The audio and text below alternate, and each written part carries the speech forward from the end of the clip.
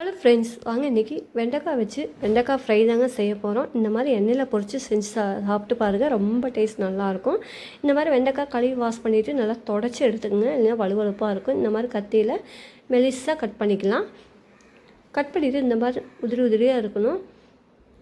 இப்போ இது கூடயே பார்த்திங்கன்னா மல்லித்தூள் 1 ஸ்பூன், மிளகாய்த்தூள் 1 ஸ்பூன், காஷ்மீர் மிளகாய் 1 ஸ்பூன், கரம் மசாலா தூள் 1/2 ஸ்பூன் அளவுக்கு சேர்த்துருக்குறேன். கூடயே ஜீரகத்தூள் 1/4 டீஸ்பூன் சேர்த்துட்டு, அரிசி ஃப்ளோர் 1 ஸ்பூன், கடல மாவு 1 ஸ்பூன், கூடயே கார்ன்ஃப்ளவர் 1 ஸ்பூன் சேர்த்துருக்குறேன். தேவையான உப்பு சேர்த்து நல்லா கையால் மிக்ஸ் பண்ணி கொடுத்துக்கலாம். நல்லா மிக்ஸ் பண்ணி கொடுத்துட்டு கொஞ்சமாக தண்ணி தெளித்து இந்த மாதிரி நல்லா பிரட்டி வச்சுக்கோங்க.